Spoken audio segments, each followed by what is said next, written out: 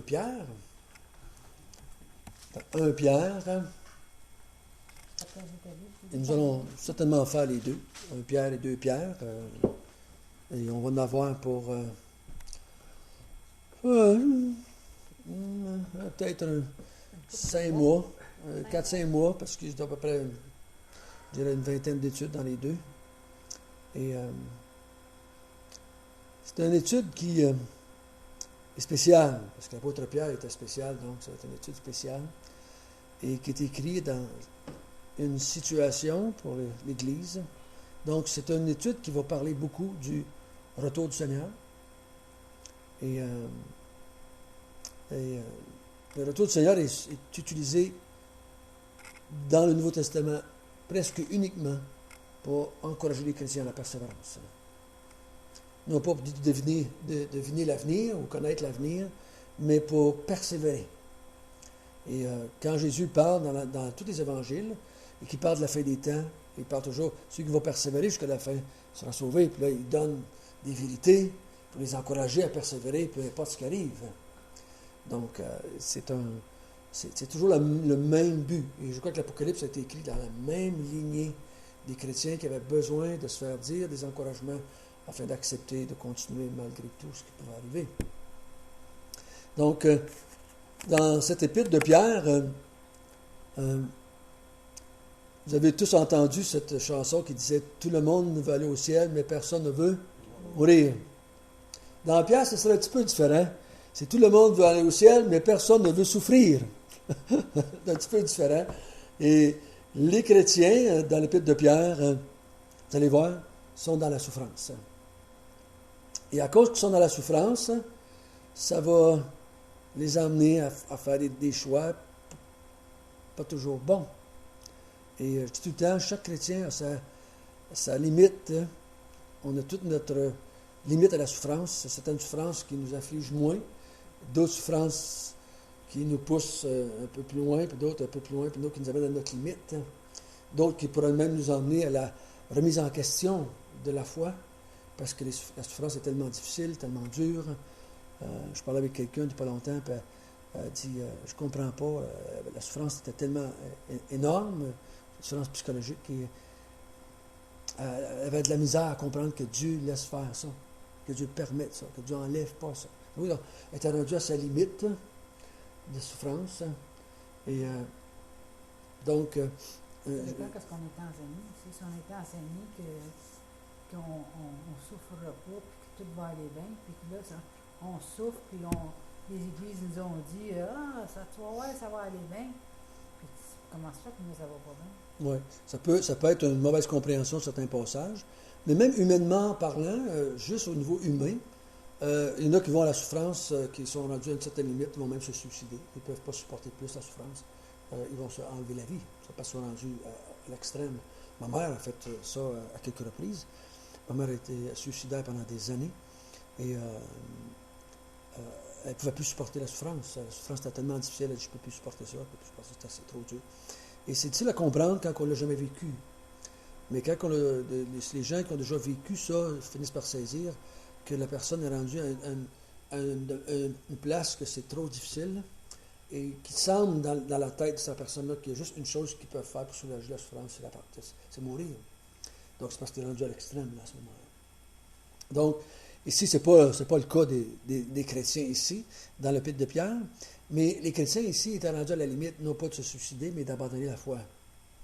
C'était rendu juste sur le bord d'abandonner la foi.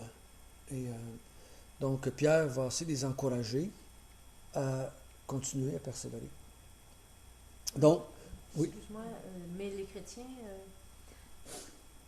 Dieu n'enverra pas d'épreuve au-dessus de leur force. C'est-tu vrai, c'est ça? Le texte dit ça, mais je ne pense pas que tu peux appliquer ça ici. Il faut faire attention avec ce verset-là. Beaucoup de chrétiens mettent ça un peu partout dans leur salade, puis ils disent que Dieu... Mais remarquez bien que le passage que tu cites dans Corinthiens 10 a été donné à l'Église la plus charnelle de toutes les Églises. Donc, pourquoi il l'a dit là, puis il ne l'a dit pas à Pierre, ici, là? Non, pourtant, Pierre n'en parle pas ici. Si ça aurait été un principe applicable, probablement qu'il en aurait parlé. Mais il n'en parle pas ici, là. Donc, il faut faire attention quand on veut l'appliquer à un chrétien qui souffre pour la foi. ou un chrétien qui est dans le péché comme les Corinthiens étaient. Il faut faire attention entre les deux, parce que je crois que des fois on l'applique très mal, que Dieu ne nous éprouvera pas au-delà de nos forces. C'est pas tout à fait ça que le texte dit dans ce sens-là. Ou est-ce qu'il y a des épreuves qui vont arriver, puis Dieu ne permettra jamais une épreuve dans laquelle je ne pourrais pas tomber, parce que au-delà de la force, ça serait comme tomber dans le péché. Pourtant, on tombe dans le péché souvent. Donc, si Dieu ne nous permettrait jamais l'épreuve, plus forte qu'on ne peut pas, on réussirait toujours à monter. Mais il dit, avec l'épreuve, il pourvoit un moyen de s'en sortir. Hein? Donc, mais encore une fois, si tu ne te souviens pas, tu iras écouter 1 Corinthiens 10, quand on a prêché là-dessus, et réécouter le verset, l'enseignement, parce que le texte parle à des gens qui s'exposaient au péché délibérément dans des temples d'idoles. Et il a dit, faites attention de vous exposer au péché. Donc, si vous vous exposez au péché, vous vous mettez dans des problèmes, des difficultés. Peut-être que c'est pas ça que Dieu veut. Donc, il faut faire attention. C'est tout ça, je vous dis tout le temps. Faites toujours attention quand vous prenez un verset, voir à qui c'est adressé, dans quel contexte c'est adressé. C'est-à-dire à des chrétiens qui étaient dans le péché, c'est-à-dire à des chrétiens qui étaient dans la souffrance, comme les autres qui sont ici. C'est-tu des chrétiens qui sont des nouveaux chrétiens qui se posent des questions? C'est-tu des gens qui sont, comme les évangiles, c'est des chrétiens en herbe, ce ne sont pas encore chrétiens, parce que les premiers disciples n'étaient pas encore chrétiens comme après la Pentecôte. Donc, c'est des chrétiens de l'Ancien Testament, qui n'avaient pas été régénérés, qui n'avaient pas reçu cet esprit, qui n'étaient pas comme nous autres. Donc, il faut faire attention, parce que si on applique ça à tout le monde, le même verset, dans toutes les situations, ça fait plus de sens à un moment donné. Il faut faire attention.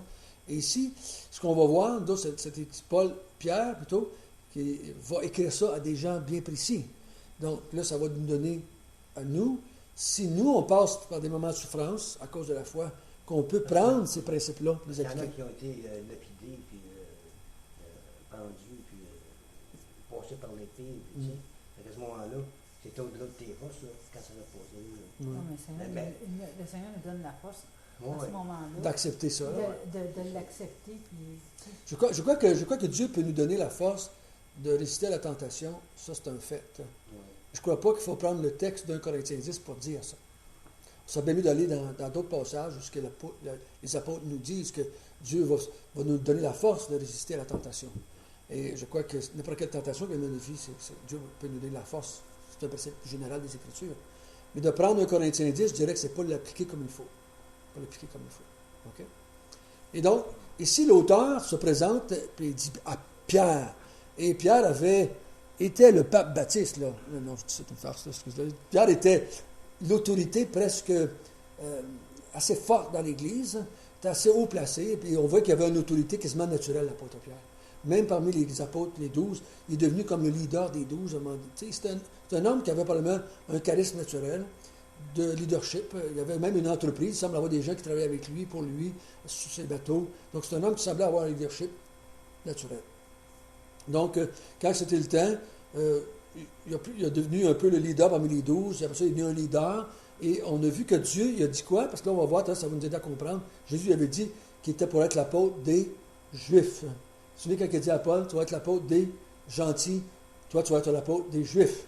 Donc, et c'est intéressant, ce n'est pas Paul qui écrit aux Juifs, Paul, c'est Pierre qui écrit aux Juifs. Mais on va voir que c'est Jacques qui va écrire aux Juifs.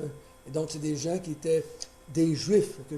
Dieu a vraiment fait bien les choses. Hein.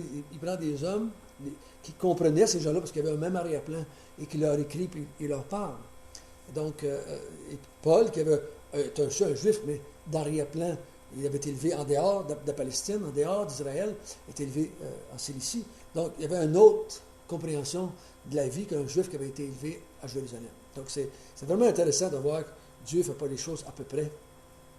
Et il fait toujours les choses parfaites en son temps, comme on a chanté tout à l'heure. Pierre, apôtre de Jésus-Christ, donc apôtre veut dire quoi? Envoyé. Le mot apôtre veut dire envoyé de Jésus. Jésus m'a envoyé. Et à ceux qui sont étrangers dispersés dans le pont, dans la Galatie, dans la Cappadoce, l'Asie et la Bithynie. Donc, des gens, l'apôtre se présente comme « Je suis l'envoyé de Jésus ». Donc, j'ai l'autorité presque maximum dans l'Église. Okay? Je ne veux pas qu'il y en avait plus que les 12, mais quand les apôtres veulent avoir l'autorité, ils vont se présenter apôtres de Jésus-Christ. Paul va se présenter apôtre de Jésus-Christ, serviteur de Dieu. Tu sais, il en met, là. Il met des galons, des étoiles sur ses épaules en disant « J'ai de l'autorité.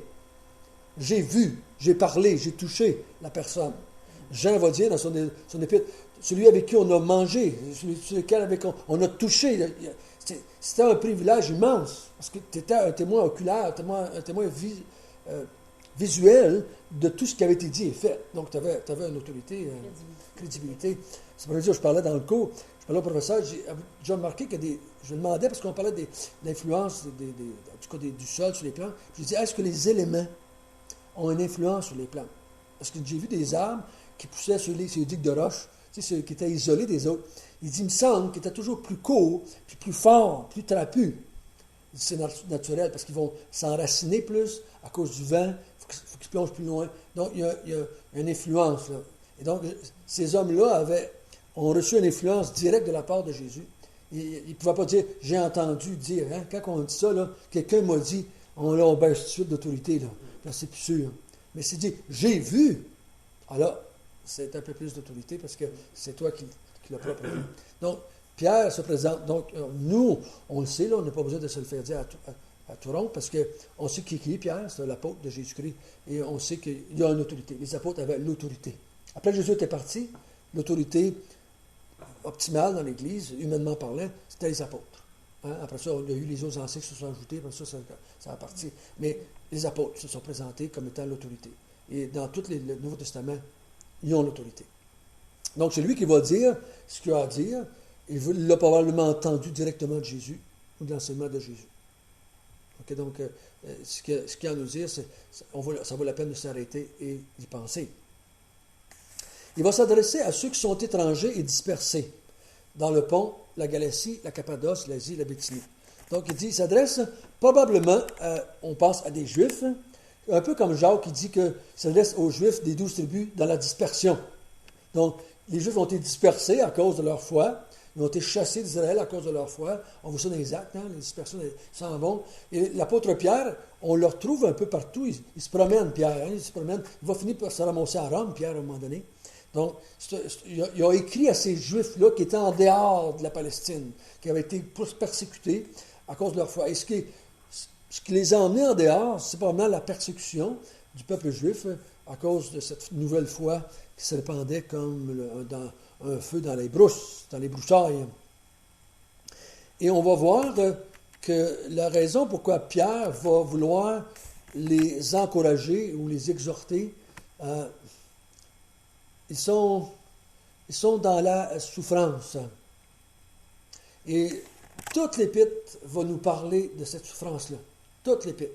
1 Pierre 5,12 dit « C'est par Sylvain, qui est à mes yeux un frère fidèle, que je vous écris ce peu de mots pour vous exhorter, vous encourager, et pour vous attester que la grâce de Dieu à laquelle vous êtes attachés est la véritable. » Parce qu'on va voir qu'il va y avoir des faux docteurs, des faux prophètes qui vont leur dire blablabla, blablabla, blablabla, ce que vous avez entendu. C'est pas vrai. Où est-ce qu'il est votre Dieu? Qu'est-ce qu'il fait? Il fait rien. Ça fait déjà longtemps, puis il ne se passe rien. Donc, ils vont remettre en question bien des choses. Et l'apôtre Pierre va dire, je vous écris ça afin de vous encourager et de vous attester que ce que vous avez, les choses à lesquelles vous vous êtes attachés, à lesquelles vous avez mis votre foi dedans il y a plusieurs années, c'est vraiment la vérité. Mais pourquoi est-ce qu'ils ont besoin d'être encouragés? Pourquoi est-ce qu'ils ont besoin de se faire dire que c'est la vérité? Pourtant, ils savaient, ils avaient cru. Parce qu'il y avait de la souffrance. Il y avait de la souffrance. 1, 2, 3, 4, 5, 6, 7, 8, 9, 10, 11, 12, 13, 14, 15, 16, 17, 18. Il y a 20 fois qu'on fait référence à la souffrance dans une petite épître de 5 chapitres. 20 fois. Ça veut dire qu'on parle de souffrance. Ça veut dire en moyenne 4 fois par chapitre. 4 à 5 fois par chapitre. Quand vous voyez ça dans une épître là, ou dans n'importe quel livre, on sait qu'il est en train de parler de quelque chose. Hein? Si vous voyez, quelqu'un vous écrit une lettre, puis il parle, à toutes les 2 lignes, il parle d'auto, en tout cas, tu sais qu'il est en train de parler d'un auto. Là. Ça devient clair et facile à comprendre. Et lui, là, il va parler de la souffrance. Comment agir dans la souffrance, quoi faire dans la souffrance, comment agir envers ceux qui nous font souffrir, comment agir envers Dieu qui permet la souffrance ou qui envoie même la souffrance. Donc, ça va être tout à ce point-là. Donc, des gens qui souffrent, ils n'ont pas besoin d'être tapés sur la tête, ils ont besoin d'être encouragés. Hein? Les gens qui souffrent ont besoin d'être encouragés. Donc, ils ont besoin d'être réprimandés, mais encouragés. Et ils ont besoin souvent, comme on dit, ils ont besoin d'être sécurisés. Donc, souvent, la souffrance va causer de l'insécurité. Donc, on va le sécuriser. Sécurisé par ce qu'on va faire par la vérité. Donc, il va dire des choses, il va démontrer des choses que ce qu'ils ont entendu, ce qu'ils croient, c'est vraiment ça qui est la vérité.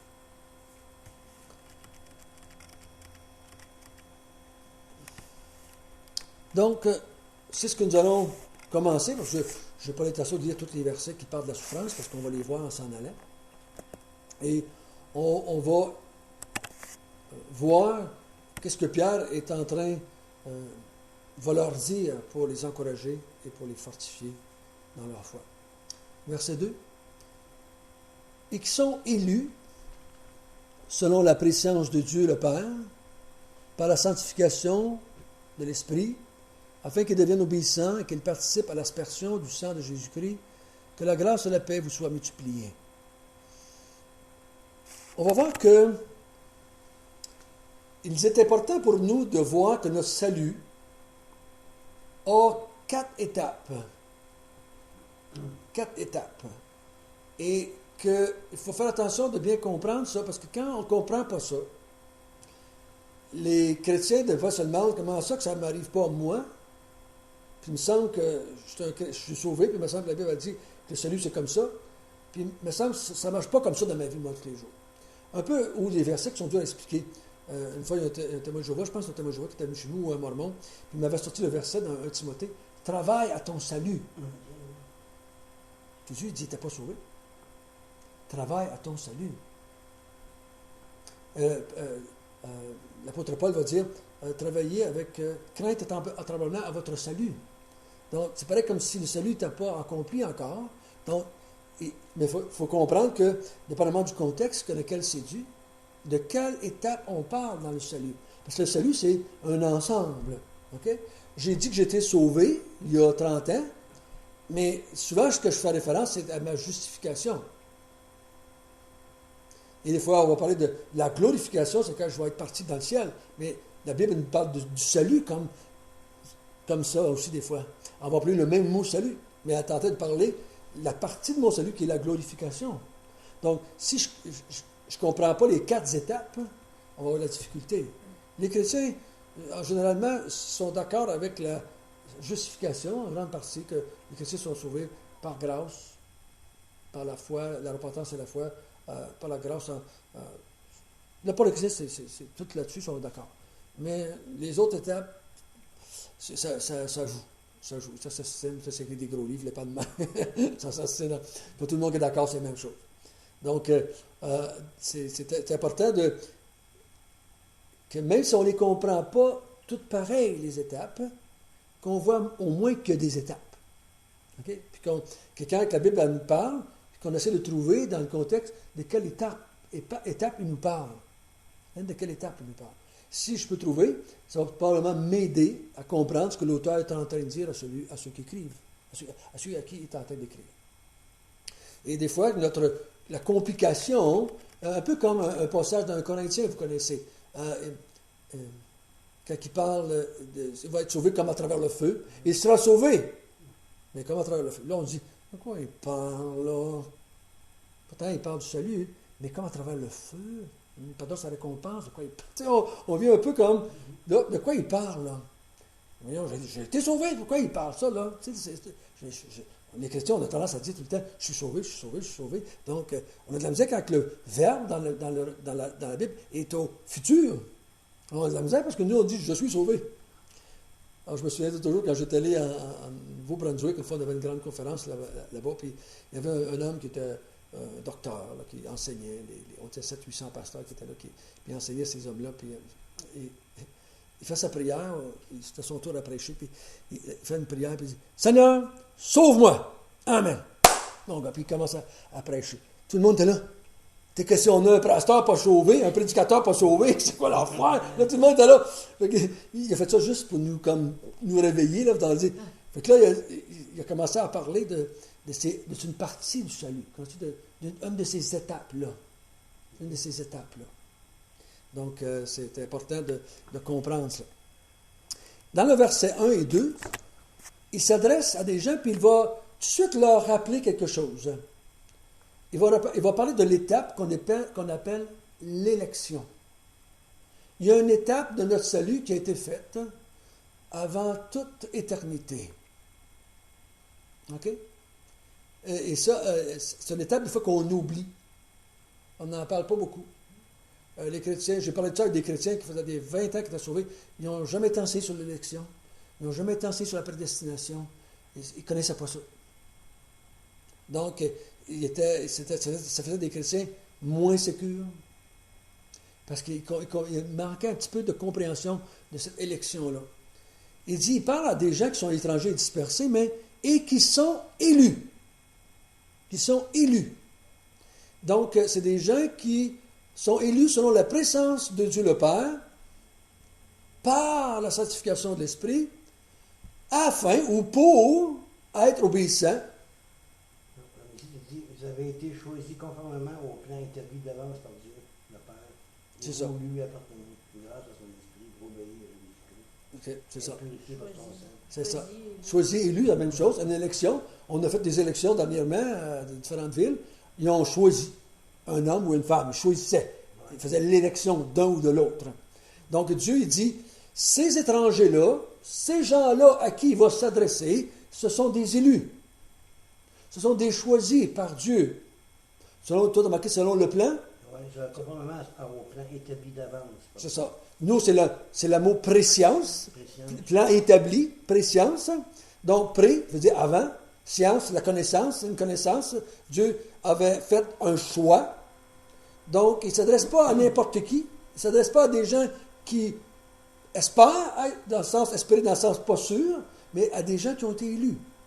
Et ça, quand tu as été élu et choisi, et que ce n'est pas toi qui t'es choisi, mais c'est quelqu'un d'autre qui t'a choisi. Et il y a un certain contrôle, là. C'est la personne qui t'a choisi. Puis elle ne t'a pas demandé la permission, elle n'a pas dit, François, veux-tu être dans mon équipe, dans ce sens-là. Quand elle a fait son élection, elle l'a fait selon sa préscience. Selon sa préscience. Et non pas selon ce que moi j'aurais aimé faire ou pas. Donc il dit, élu, choisi par Dieu, le Père, selon sa préscience, ou selon son plan. Hein? Je vais regarder comment est-ce que la Semeur traduit. Vous a choisi d'avance, conformément à son plan, un peu comme la Bible, le Louis II. OK? Un peu comme le Louis II. Toi, as-tu la même chose? Préscience, OK. Préscience, la plupart ont marqué préscience, ou, ben non, selon le plan de Dieu, ou selon la préscience de Dieu. Ça peut pas tout le monde aimer la même chose. Donc,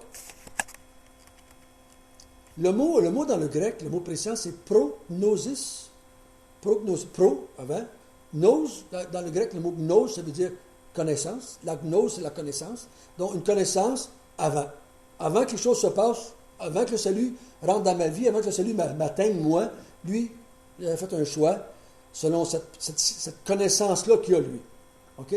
Donc, Dieu a fait un choix, il a fait un arrêt, un plan, et dans son plan, mon nom il a été écrit, mais dans mon nom, il est écrit là.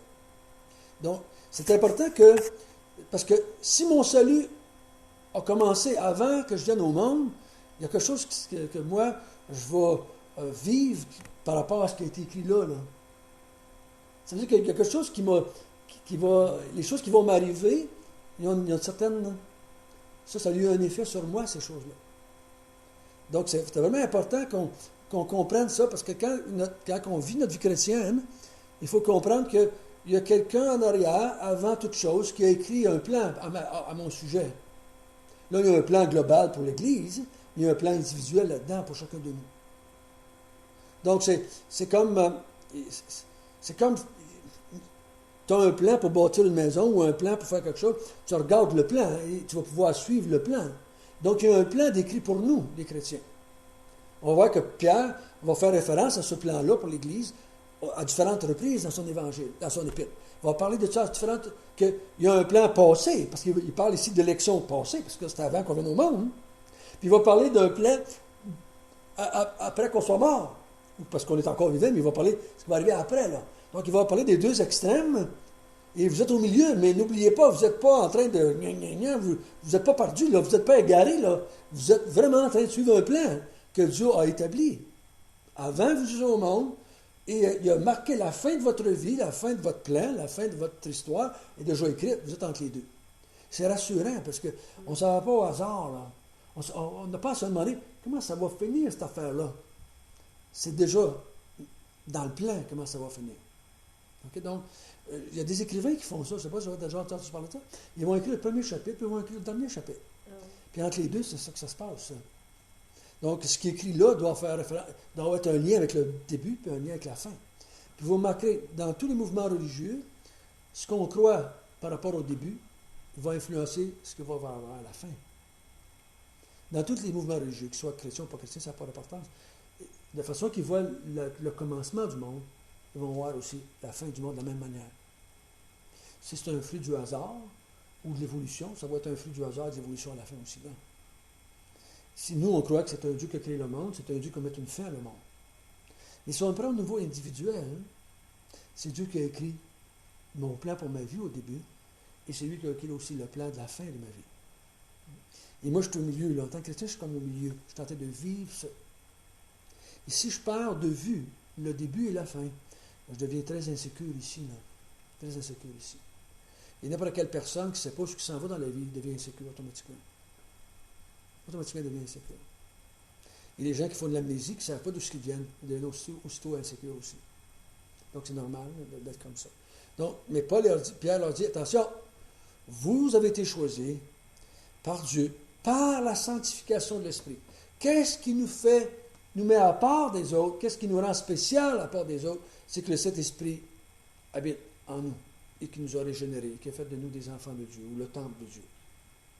OK? Ce n'est pas le mouvement dans lequel nous appartenons, c'est le Saint-Esprit qui est venu habiter en nous. C'est l'Esprit qui nous a rendus comme ça. C'est l'Esprit qui a fait ce travail-là en nous.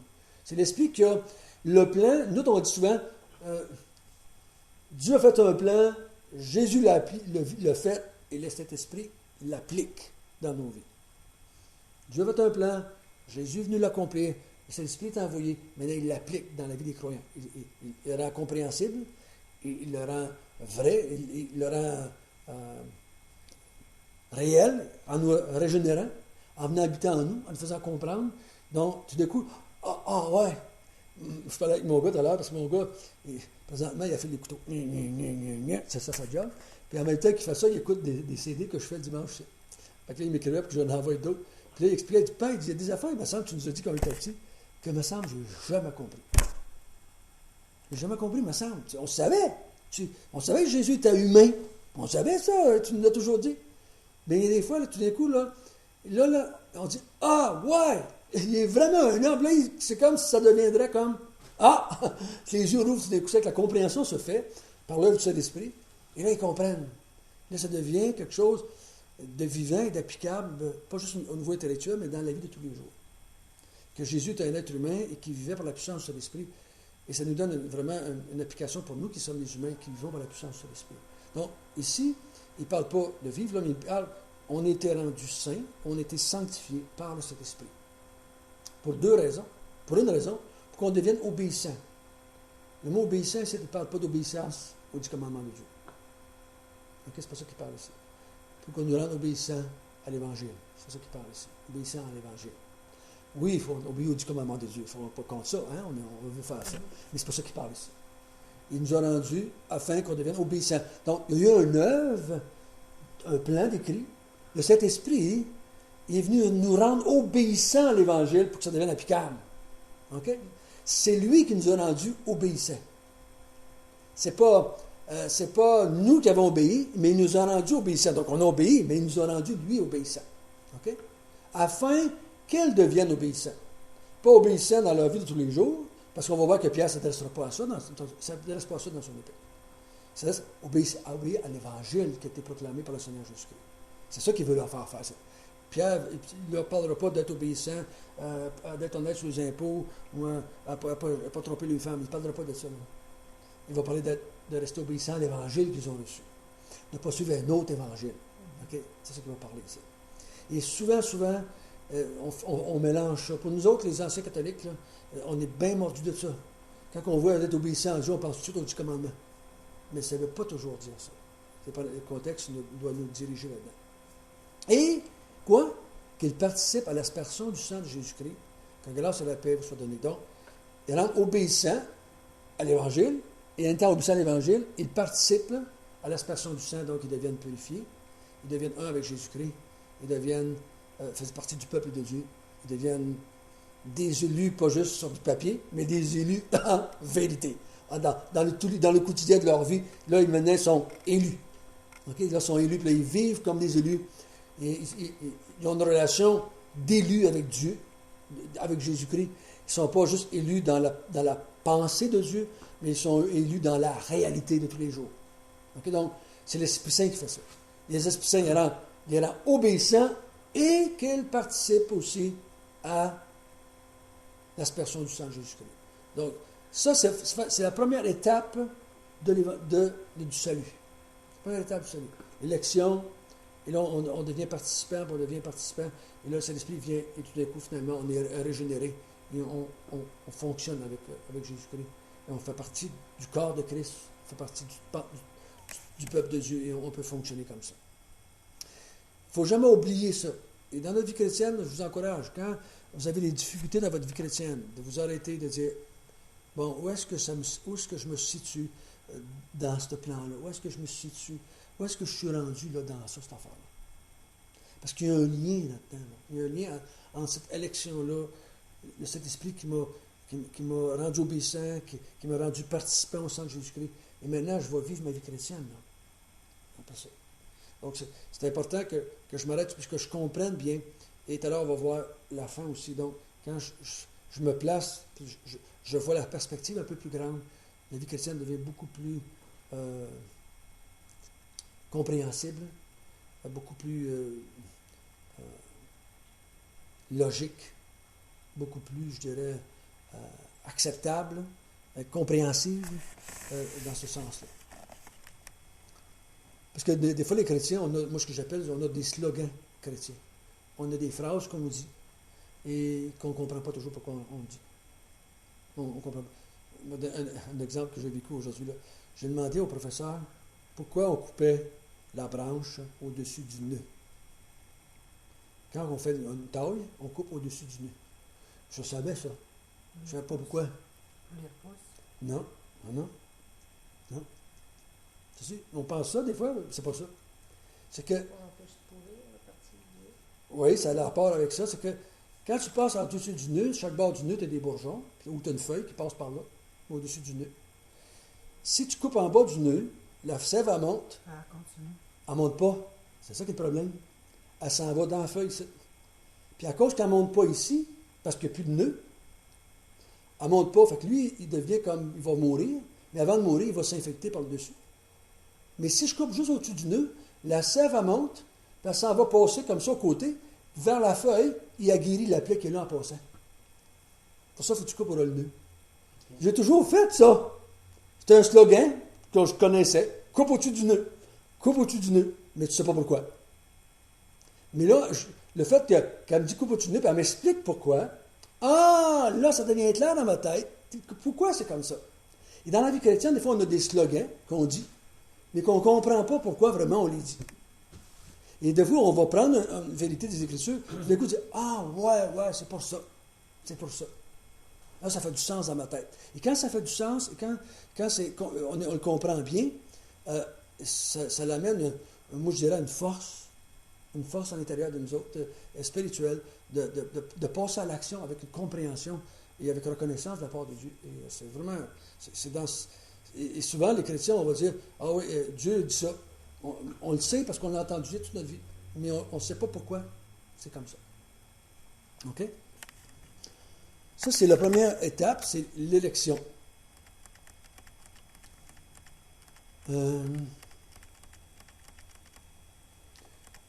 Le mot sanctification il est traduit ailleurs par être transformé par l'Esprit, être consacré par l'Esprit.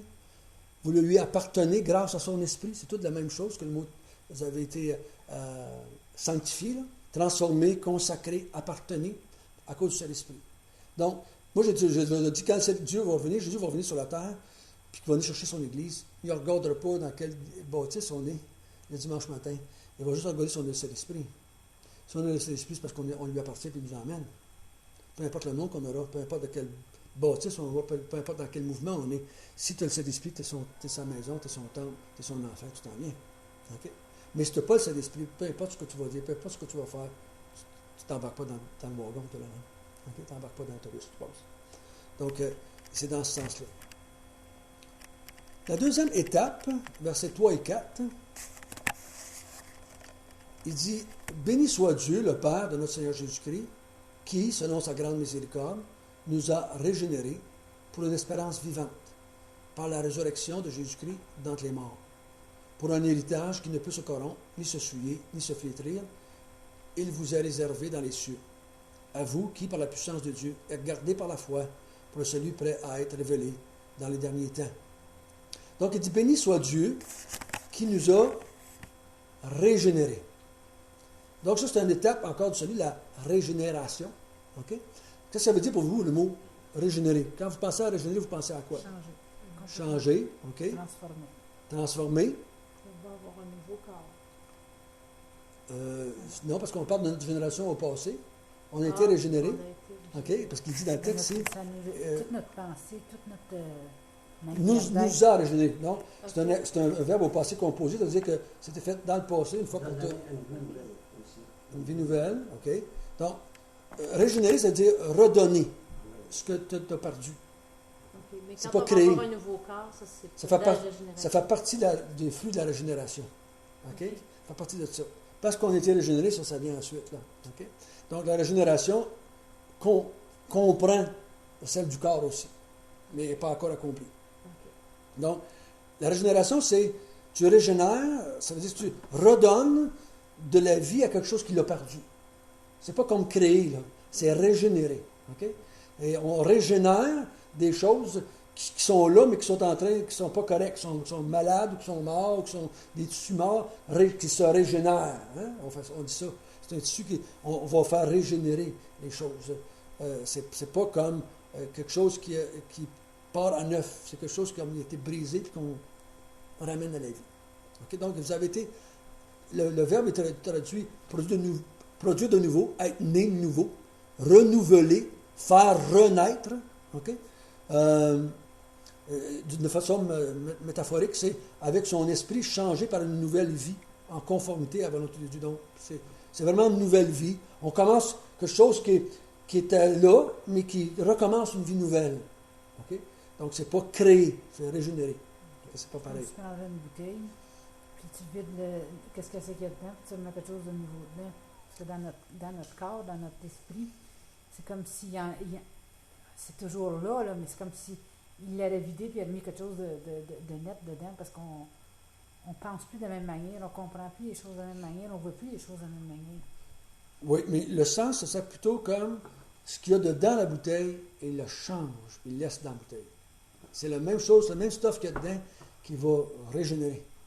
Il ne l'enlève pas. Il fait juste, c'est la mauvaise eau, il la rend bonne eau. Comprends-tu? Il la transforme, cette eau-là. Mais il ne la jette pas, il la transforme. Okay? Un peu comme l'eau qui devient en vin. Oui, un peu, oui, c'est pas dans ce sens-là. Ça fait un miracle, c'est ça. Ouais. Il y a eu un miracle. Ouais. Mais encore avec le vin, ce qu'il va créer, là, il crée quelque chose. Là, nous, c'est régénérer. Le mot, vraiment, c'est redonner vie à ce qu'il a perdu. C'est que tu vraiment... C'est comme tu as une pomme qui est en décomposition, puis il la remet, pomme, ferme, et bonne, et juteuse, et pleine de vie, puis tout ça, OK? Dans ce sens-là. Donc, il dit, il nous régénère à cause de quoi? Selon sa grande miséricorde. Hein? C'est la base de sa régénération, ou le fait qu'il nous régénère, c'est la miséricorde de Dieu. C'est pas on mérite rien, c'est pas parce qu'on est digne de... Non, il nous a régénérés. C'est une étape du salut. Et il dit qu'il nous a régénérés pour deux choses. Pour une chose, pour une espérance vivante. Donc, il dit qu'il nous a régénérés pour quelque chose qui s'en vient devant nous. Pas pour quelque chose de passé, mais quelque chose... L'espérance, c'est quelque chose de toujours de futur. L'apôtre Paul va dire dans Romains, nous ne pouvons pas espérer ce que nous avons déjà.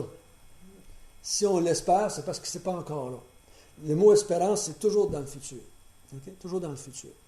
Pour une espérance vivante. Ce n'est pas une espérance morte, ce n'est pas une espérance peut-être qui va arriver. Non, c'est une espérance vivante. Donc, on est régénéré pour quelque chose. OK? Et cette régénération-là, qui nous donne droit à une espérance, elle a été confirmée, c'est ça? Confirmée ou appuyée ou certifiée par la résurrection de Jésus d'entre les morts. La preuve que nous, ce qu'on espère va arriver, c'est qu'il y a quelqu'un qui nous a donné une preuve de ça, c'est Jésus-Christ est ressuscité d'entre les morts. Donc, Jésus-Christ aussi a été régénéré, si je peux le dire même, parce qu'il est mort à cause de nos péchés. Donc, il a été ramené à la vie, ici. Autant dans son... C'est pas facile à parler pour lui, autant que nous autres, mais il a été régénéré, il est revenu à la vie, il a commencé une nouvelle vie, il est mort, puis il est revenu à la vie, ici. Donc, il dit, la preuve que notre espérance, elle est vivante, elle est quelque chose qui est vrai, c'est que Jésus-Christ l'a vécu. Vous vous souvenez que l'apôtre Paul va dire la même chose dans les Corinthiens, quand il va parler de la résurrection. Si Jésus-Christ n'est pas ressuscité, on est encore mort dans nos péchés, il n'y a pas d'espérance, il n'y a rien à faire avec ça. Mais ici, l'apôtre Paul, il dit, vous êtes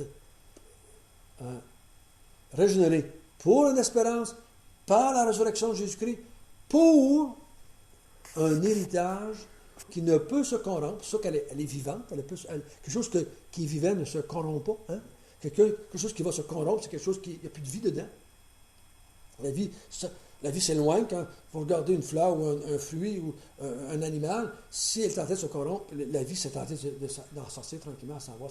Finalement, quand la vie est complètement disparue, la plante ou l'animal est toute décomposée. Donc, il dit, l'espérance que vous avez, elle est vivante. C'est un héritage qui elle ne peut pas se corrompre, elle ne peut pas se souiller, elle ne peut pas se flétrir. Elle vous est réservée où? Dans les cieux.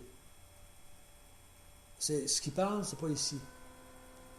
L'apôtre Pierre ne parlera pas de ce que les chrétiens ont ici. Donc, il ne parlera pas de bénédiction ici. Il va surtout parler d'une bénédiction qui s'en vient, l'espérance qu'on a dans le ciel. OK? À nouveau ciel, nouvelle terre. Pas dans ce contexte-là ici. Il y en a, on peut en prendre d'autres bénédictions ailleurs. Sur la terre, il y en a des bénédictions sur la terre. Mais ce que lui va les encourager, c'est parce que c'est tellement noir ce qu'ils vivent, puis que si on leur promet des bénédictions, et tout de suite là, puis qu'ils n'y arrivent pas, qu'est-ce que ça fait? Décourage encore plus. Okay? Donc, il dit, même si vous allez jusqu'au bout de la corde et que vous mourrez dans vos prisons, dans la souffrance, vous avez une espérance vivante qui vous attend. Un héritage qui ne peut pas changer, elle ne peut pas rapetisser, elle ne peut pas grossir, elle ne peut pas changer, elle est immuable.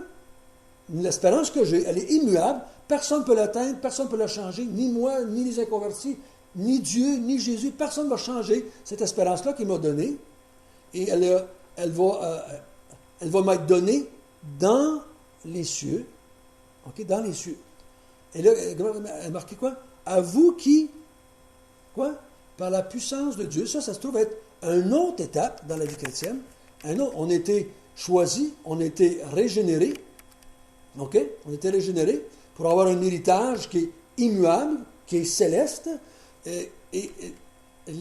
Ça, c'est le fruit ou le résultat de ma régénération, du fait qu'à cause que j'ai été... Là, on recule, hein?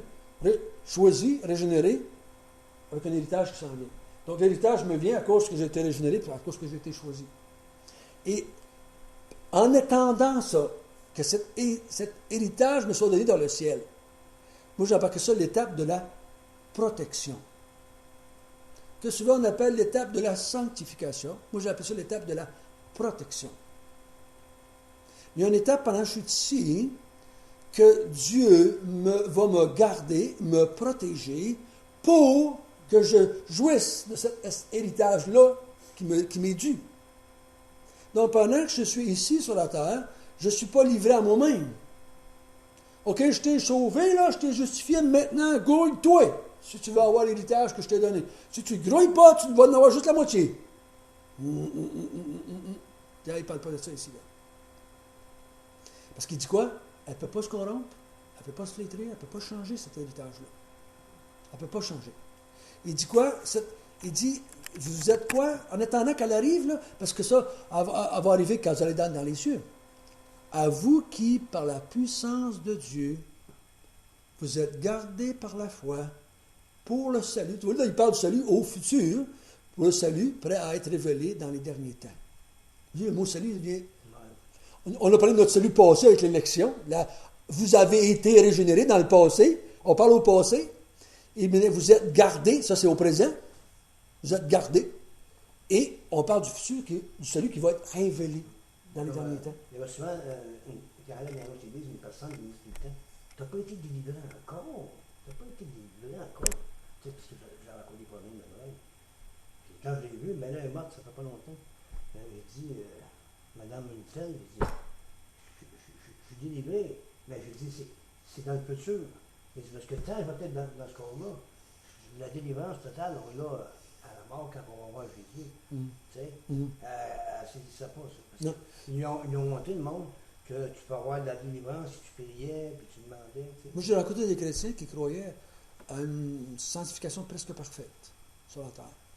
J'ai rencontré des chrétiens dans certains mouvements qui croyaient qu'ils étaient presque capables de vivre sans péché.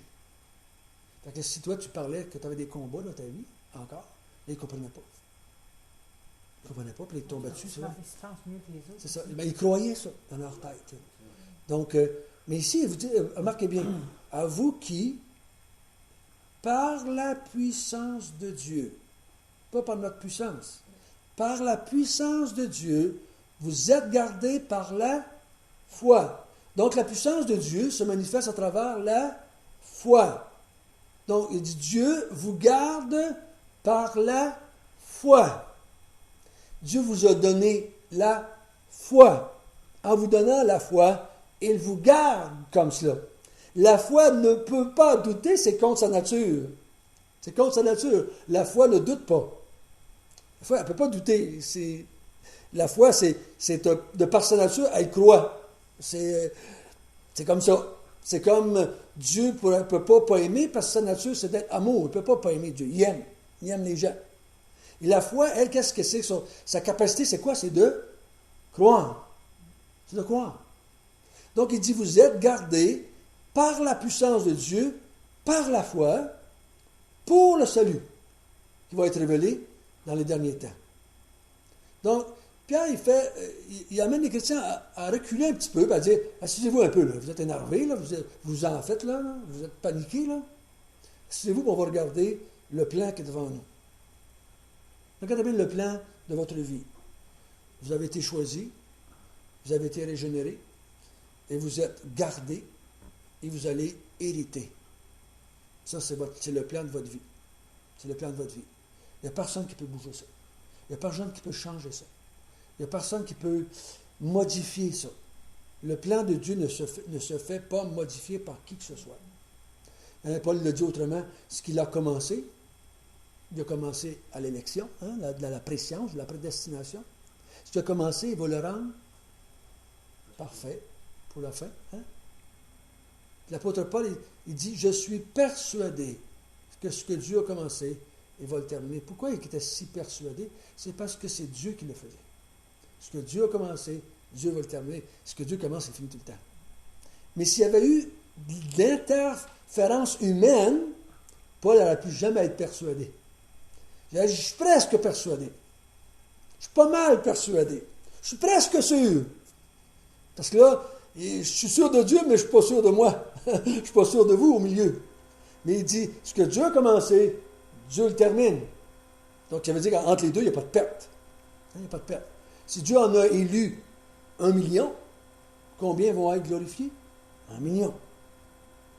S'il y en a qui se perdent entre les deux, là, on ne comprendrait plus ce que la parole de Dieu est en train de dire.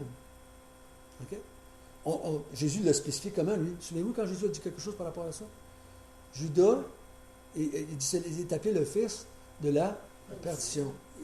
Je n'ai pas perdu aucun de ceux que tu m'as donnés. Acceptez un. Judas, parce qu'il avait été écrit de lui qu'il serait appelé le fils de la partition. Donc, il n'était pas dans les élus. OK? J'ai perdu celui-là parce qu'il n'était pas là-dedans. Je l'ai choisi parce qu'il avait un rôle à accomplir, mais il n'a jamais été dans les élus. Parce que les élus disent, je n'ai pas perdu aucun de ceux que tu m'as donnés. Donc, il faut bien comprendre que notre salut est premièrement, malgré qu'on a une implication volontaire, le plan de Dieu, l'œuvre de Dieu. C'est Dieu qui a fait les pas. Avant qu'on commence, avant qu'on voit la fin, il a marqué, il a fait ça. Il a tout écrit ça. Donc, c'est bien important pour nous que quand ça va mal, quand on a des doutes, quand c'est difficile, quand il y a des choses qui arrivent, de s'arrêter et de dire, hey, c'est quoi ce qui se passe là? Les doutes qu'on a vont jamais vaincre la foi qu'on a. Jamais. Jamais. La foi qui nous a été donnée va toujours surmonter les doutes. C'est une question de temps. C'est une question de façon. Elle va finir par surmonter les doutes parce qu'elle va passer au travers. Elle ne peut pas lâcher. La foi ne peut pas lâcher. Elle ne peut pas. Ça contre sa nature. C'est comme ça dit comme un poisson qui ne veut plus être dans l'eau. C'est impossible. Donc, les gens qui disent que moi je ne crois plus, c'est idiot. Je ne peux pas dire ça. C'est comme quelqu'un qui dirait je t'aime plus. Tu ne peux pas dire ça. L'amour ne peut pas arrêter d'aimer. L'amour ne peut pas arrêter. Si tu aimes quelqu'un, ton amour peut se manifester de différentes façons, mais tu vas toujours l'aimer. C'est pour ça qu'on a une paix intérieure, que quand Dieu nous dit François, je t'aime d'un amour éternel, on sait que c'est vrai. L'amour ne peut pas arrêter d'aimer. On ne peut pas arrêter d'aimer, nous autres, on peut arrêter d'aimer les gens. Là. Ah oui, ça, c'est pas ça, c'est notre affaire. Ça. Parce que notre amour à nous, c'est loin d'être un amour parfait. Là. Oui, C'est loin d'être un amour On parfait. change de service. Mais l'amour, en tant que tel, l'amour de Dieu, n'arrête pas d'aimer. N'arrête pas d'aimer. Donc, je ne peux pas dire je t'aime, mais je t'aime plus. C'est contradictoire. On peut dire j'ai de la misère à t'aimer, on peut dire j'ai des difficultés à t'aimer, on peut dire mais si on aime, on aime. Donc, on ne peut pas arriver puis de dire que l'amour n'aime plus. C'est une contradiction en soi. Tu dis que ma foi ne croit plus, c'est une contradiction aussi. Ma foi, elle croit, mais il vient des doutes à cause du péché, à cause de mauvaise compréhension de certaines vérités dans les Écritures. Mais la foi que Dieu m'a donnée, gardée par cette foi-là, elle va surmonter les difficultés, elle va m'emmener à voir des choses, et là, elle va m'emmener, on va continuer. Cette foi-là va me donner la victoire. Et cette foi-là, on sait que la foi, c'est un don de Dieu. Hein? Dieu nous a donné un don, que la foi. Donc, il dit, bien François, je veux que tu persévères jusqu'à la fin, donc je vais donner la foi, et la foi va te faire persévérer jusqu'à la fin. Donc, le doute vient de la chair, il ne vient pas de la foi, il vient de la chair. Il ne vient pas de la foi. Non. La foi ne doute pas, ben, elle ne peut pas. C'est pas logique. Donc, on va arrêter là, puis on va continuer la semaine prochaine d'autres parties. Donc, on a vu l'élection, on a vu la régénération, on a vu la protection, en attendant que l'héritage arrive et que les derniers jours s'accomplissent finalement.